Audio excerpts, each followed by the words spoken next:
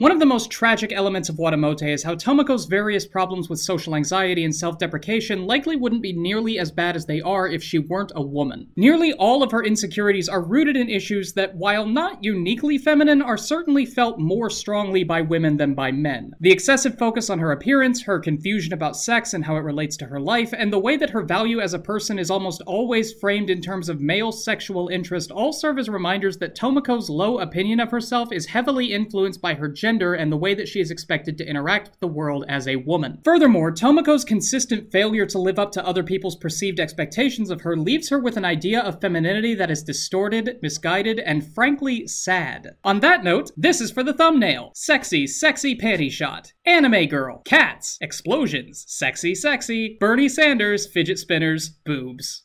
I know what you want. Tomoko's major quest in the series is to become popular, and the show's idea of what popularity is reveals a lot about how Tomoko's gender affects her self-image. The definition provided for us in the first episode shows that being a popular girl in the world of Watamote is entirely dependent on men taking a specifically sexual interest in you. It has nothing to do with athletic ability, intelligence, social aptitude, being kind, or even having friends. If you ain't getting the dick, you ain't popular. It's no wonder then that Tomoko feels so much pressure to be beautiful and sexually appealing. Her entire value to society is built on her ability to get laid, which she isn't doing. This is demonstrated when we look at how Tomoko sees herself when she fantasizes about being popular. With a few glaring exceptions, Tomoko's fantasies tend to feature a version of herself that is significantly more physically attractive than she actually is, and this is true both of sexual fantasies and of non-sexual ones. When Tomoko thinks about getting a high score on the first test and other people coming up to her for help on their assignments, she looks like this. This daydream is all about her having a particular skill and using that skill to help others and get attention, which should have nothing to do with how she looks, and yet Tomoko still thinks that she has to be hot to be noticed. The same thing happens when she thinks about starting a live stream, working at a cafe, flirting with her favorite voice actor, etc. Even when she does more or less look like herself, the dark bags under her eyes are nowhere to be found. In each of these scenes, the importance of being hot supersedes any athletic, social, intellectual, or creative acumen that Tomoko could potentially have shown, because those things don't matter if you don't goddamn titties. And this view of feminine value doesn't only affect Tomoko's self-perception, it also seeps into her view of other women. Tomoko primarily sees her female peers as social accessories, a means of achieving her own popularity. By associating herself with beautiful women like Yuu-chan, she hopes to become sexy by association. When Tomoko thinks about inviting Yuu to the cultural festival, her main concern is bragging to everyone that she has such a cute friend, not, you know, having fun. And it's important to point out here that the daydream in which this desire is expressed features Tomoko walking behind Yuu-chan, putting herself in a position of inferiority, and that Tomoko is presented in grayscale while Yuu is in full color. This grayed out art style is usually used to depict the series' background characters, and by portraying Tomoko in this way, it's suggested that her not being as pretty as Yuu makes her less worthwhile or less worthy of consideration. She's only noteworthy insofar as she's attached to this pretty girl with the big boobs. By contrast, when she goes to the library and considers asking the cute girl to be her date to the fireworks, she says that she would prefer someone ugly, but beggars can't be choosers. This is still a way of using another woman's physical appearance to boost her self-esteem and social status. Just as hanging out with someone prettier than her makes her desirable by association, hanging out with someone uglier than her makes her desirable by contrast. She doesn't consider either of their personalities, their interests, or their sense of humor, just where they rank on a 1 to 10 scale and how that number compares to her own. Another indicator of her warped view of femininity is the way that Tomoko judges her female classmates. As I said in my last video, Tomoko is intensely judgmental, but there is a big divide between her prejudices toward her male peers and those that she has toward her female ones. The first time we hear Tomoko's classmates talking about karaoke, Tomoko calls them a bunch of losers and bembos. Her male classmates are losers, but her derision toward her female ones is based in their sex appeal. Furthermore, in the aforementioned scene in the library, she initially judges both the boy and the girl by saying that they obviously have no friends since they're in the library the day before summer break. When the girl's friends show up and talk about going to karaoke with the guys, Tomoko's judgment changes and she calls her a dumb slut instead, hilariously adding, "Don't read if you're a slut, then there's no way I'll be able to compete with you." Now, it's obvious that Tomoko says these things because she's jealous of these women's social successes, but there's more to it than that. When Tomoko makes her list of things that make high school life fulfilling so that she can brag to Yuu-chan about it, the only thing on that list that isn't sexual is the number of fluorescent lights in the school. The only source of fulfillment in her life that isn't sexual is counting light bulbs. I mean, everyone's gotta have a hobby. Furthermore, when we get flashbacks of Tomoko bragging to Kii-chan about her made-up boyfriend, Kii-chan responds by lauding Tomoko for being smart,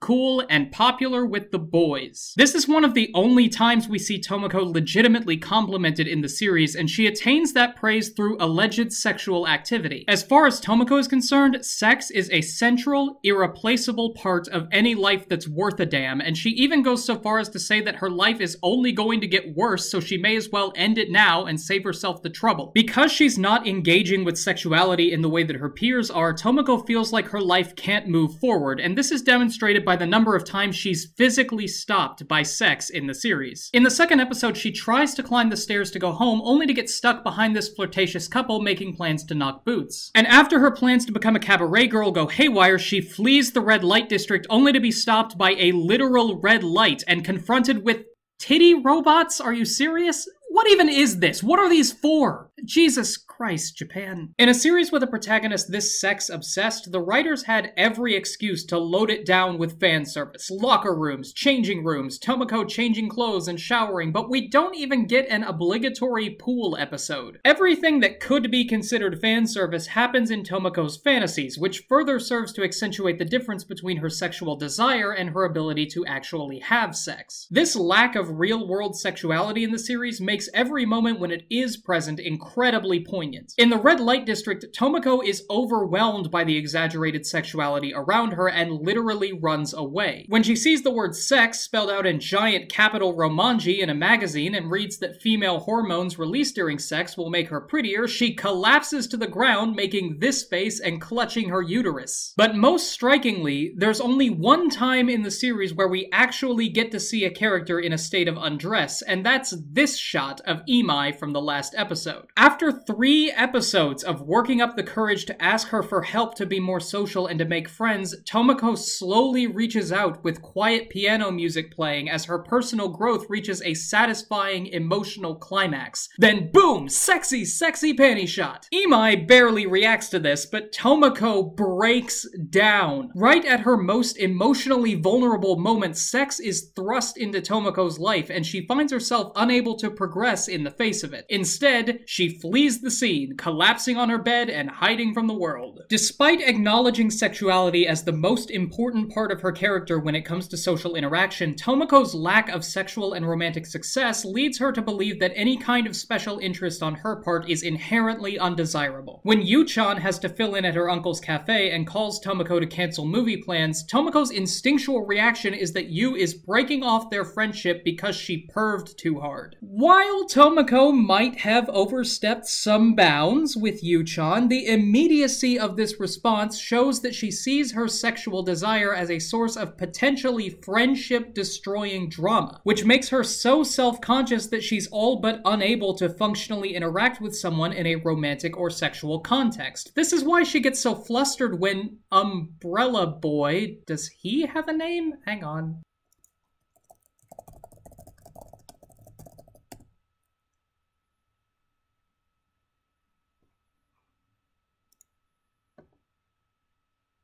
Kosaka. Alright. When Corsica sits next to her in the library and asks if she lives nearby. She starts to give a confident answer, but then we see him engulfed in holy light and she can't keep talking. As soon as he shows any signs that he doesn't think she's completely pathetic and undesirable in every way, she instantly deifies him and starts to size him up as a potential romantic partner. This kills her ability to actively communicate. After that, she is unable to interact with him in a normal way until she finds out that he has a girlfriend. Removing any kind of sexual expectation from their relationship immediately allows Tomoko to relax, if only a little bit, because it theoretically gives her the opportunity to engage him in ways that make more sense to her and that she's better at dealing with. This anxiety, combined with others' perceived lack of desire for her, causes Tomoko's view of sex to become distorted. She sees sex as something that happens to her, rather than something that she actively engages in, and this is shown through her erotic fantasies, which almost almost invariably features some kind of forced or otherwise abusive sexual encounter. In the few scenes where we see her totally not masturbating, I mean, look at her, she has clothes on, so clearly that's not what's supposed to be happening, why would you even think that, you pervert? Her illicit material of choice is her Yandere Boys verbal abuse CD. And the scene that she splices together from clips of her own voice and the soul-destroyingly cringy recording that Ishamine Jun made for her is a rape scene. This also reflects some of the more tragic elements of Tomoko's character. She considers herself a sexually inferior person, and every interaction that she's had with sex has had disastrous consequences. Because of that, she associates sexuality with negative emotions, and vice versa, which results in her becoming aroused at the thought of being beaten down, embarrassed, and denigrated, because that is the emotional state that she associates with sex. When she tries to fantasize about a relatively normal sexual encounter, like flirting with her imaginary cafe coworker, the scene starts alright, but it ends weird. And this is because Tomoko just doesn't know how a healthy and functioning sexual relationship goes, and she doesn't know how to associate positive emotions and sexual situations. The importance of sex in Tomoko's life not only affects her self-perception and her perception of other specific women, but also the way she interacts with the idea of a woman. Tomoko's view of what it means to be a woman is frankly disturbing. It's passive, submissive, objectifying, and centered around beauty and sex to the point where she sees molestation as a badge of honor. Tomoko has been so beaten down and has become so accustomed to sexual and social rejection that she takes any kind of perceived lack of interest in her as a personal attack, saying that a dog like her isn't gifted enough in the ways of feminine charm to attract the attention of a rapist, and she directly states that she feels that you aren't a real woman unless you've been grabbed by the pussy. She also directly links women's personalities to the way that they physically present themselves. When confronted with the fact that Yuu-chan is hot now, Tomoko has no idea how to react. This is the girl who was her best friend all through middle school, and she assumes that she must be a totally different person now that she's become so overtly sexy, even going so far as to think that the reason she dressed up so nicely is because she's trying to seduce her. To Tomoko, the only reason a woman would look good is to attract the attention of a potential romantic or sexual partner. The ensuing conversation is awkward and forced, and again we see Tomoko presented in grayscale while Yuu-chan is colored normally. It's not until Yuu-chan starts talking about anime and manga that Tomoko regains her color and realizes that she's still the same Yuu-chan from before. And Yuu-chan is incredibly important because she acts as a sexual foil for Tomoko. While Tomoko is incredibly obsessed with sex but terrified of it and unable to get it due to her anxiety, Yuu-chan takes it significantly less seriously and gets significantly more of it. When Yu and Tomoko meet outside the department store, Tomoko stares at Yuu-chan's leggings and Yu remarks that she thinks it's weird how all the girls in her school are wearing thigh-highs now. And when Tomoko lies and says that all the cool kids at her school have popped collars, Yu responds, "That's so funny," suggesting that the idea of changing your appearance to fit in with the crowd is laughable, a cultural absurdity that we should all just move past. But Yu is lucky, because even though she can see the ridiculousness of the arbitrary ins and outs of fashion, she's still able to comfortably engage with that world. She has a healthy social life with friends and a boyfriend, everything that Tomoko wants, and she gets it by not caring. When Yu and Tomoko are ending their conversation at the cafe in the second episode, Tomoko starts to brag to Yu about all the sexual shenanigans that she definitely absolutely got up to in high school so far, but Yu isn't interested. She looks wistfully into the distance and says that she wishes things had stayed the way they were in middle school. She wants to go back to a simpler time when she could be herself and still have genuine friends who definitely cared about her for who she was. And deep down, that's what Tomoko wants too. She just puts so much of an emphasis on sex that it's hard for her to see it. This is best shown during the fireworks episode, when she spends the whole 20 minutes looking for a boy to spend a peaceful romantic evening with, but winds up playing the voyeur and watching a couple have sex instead. When the first firework flashes, Tomoko's gaze is pulled away by one of the other boys on the roof with her, an external influence that causes her to focus her attention on sex rather than on the thing that she's been looking forward to all day. And as the fireworks flash over the sex hotel, 7 words that I am certain have never been used before in quite that order, the viewer is presented with a microcosm of Tomoko Tomoko's attitude towards sex, love, and meaning in life. Tomoko is presented with a physical representation of all of the things that are beautiful in life, but she can't focus on those because she's too busy watching people fuck. We get another taste of this when Tomoko is in line for the Ishamine-jun meetup, and the only line she wants him to say for her is, "I love you, Tomoko." But then that simple desire gets corrupted when someone else gets him to say something vaguely racy, and she realizes that she can instead ask him for this. And that's why Tomoko's obsession with sex is so sad. Society has convinced her that most of her worth comes from her sexuality, and since she has no idea how to be sexual in a healthy way, she can't form close connections with people or even consciously recognize that that's what she wants. We see this again reflected in her fantasies. When she is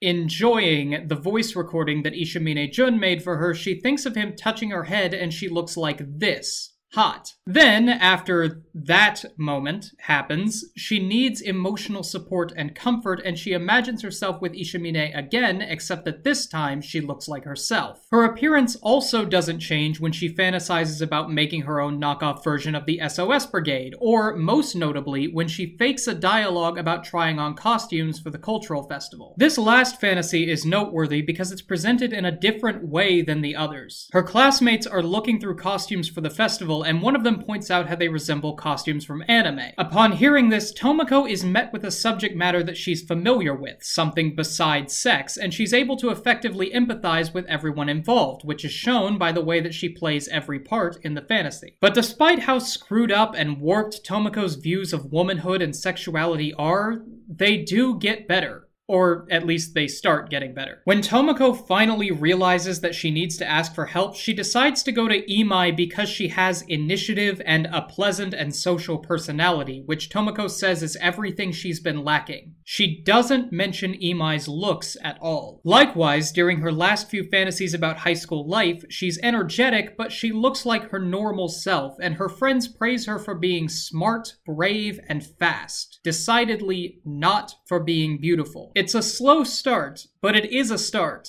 and that's something. Guys, hey guys, and ladies, and everyone else, Bark. and dogs, guess what? I've got news. We officially have more subscribers than that anime snob! That's right, folks, we've hit the big leagues! I mean, not like the big leagues, but, you know, the big leagues. And it's all thanks to you. You. But I am not satisfied, folks. Oh no. This was only the first fight in a subscriber count-based Tenkaichi Budokai that's only happening in my head. In the next round, we're up against... Pedantic Romantic? That seems reasonable. Alright, folks, 32,000 subscribers. That is our new goal. I've got you in my sights, Pedro. You're going down! Also, everybody go check out his channel, because he makes really good stuff when he's not shitposting to pay his rent. Next time, I'm going to be tackling an anime YouTuber rite of passage, so make sure to subscribe and turn on notifications so you'll know as soon as that video goes up. And I have a bit of a secret project in the works, so stay tuned for information about that. Also, if you know anybody who would really like these Watamote videos, share them around, because I'm really proud of them, and I know it's not a very popular series, so the more people who can see them, the better.